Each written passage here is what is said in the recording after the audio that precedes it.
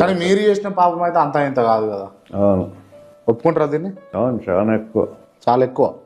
దాన్ని ఘోర పాపం అంటారు. అంటే బతుకుండంగా మనుషులను బాంబులలో కాల్చేయడము, నెట్టివేయడము, ఎలక్షన్ల కోసము బాంబులు తయారు చేసి మనుషుల ప్రాణాలు తీయడము. నిజంగా ఫీల్ అయ్యారా ఎప్పుడైనా? రిగ్రెట్ ఫీల్ అయ్యారా మీరు ఈ విషయంలో? రిగ్రెట్ అయినా పాపిన ప్రభావాన్ని క్షమాపణ అడిగాను దేవుని. అన్ని పాపాలు చేసినటువంటి మైకల్ బాబును నిజంగా యేసుక్రీస్తు, ప్రభు యేసుక్రీస్తు క్షమిస్తాడా అట్లా అన్ని పాపాలు చేసిన వాళ్ళని కూడా? క్షమించుతాడు. ఎందుకు క్షమించుతాడంటే, నేను రాజకీయాల్లో చేసిన పాపానికి నాకు శిక్ష రావాలి.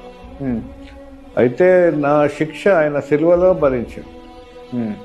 అంటే ఆయన పాపం కాదు, ఆయన ఏ పాపం చేయలేదు, దేవుని కుమారుడు ఆయన. దేవుడు లోక పాపం మోసుకుపోయే దేవుని గొర్రెపిల్లగా బలి అయ్యాడు.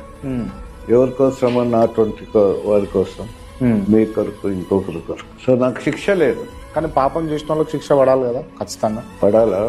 ఆ శిక్ష ఎవరు భరించారు? పాపం చేసిన వాళ్ళకి శిక్ష పడాలా ధర్మశాస్త్రం ప్రకారంగా. ఆ శిక్ష యేసు ప్రభు భరించాడు కదా. అటు షిఫ్ట్ అయింది. మీరు పడాల్సినటువంటి శిక్ష యేసు ప్రభు పడ్డరు అని అంటారు మీ జీవితం, అంతేనా? కాకపోతే అంటే మీరు చేసిన పాపాల కారణంగా, మీరు చేసినటువంటి విధ్వంసం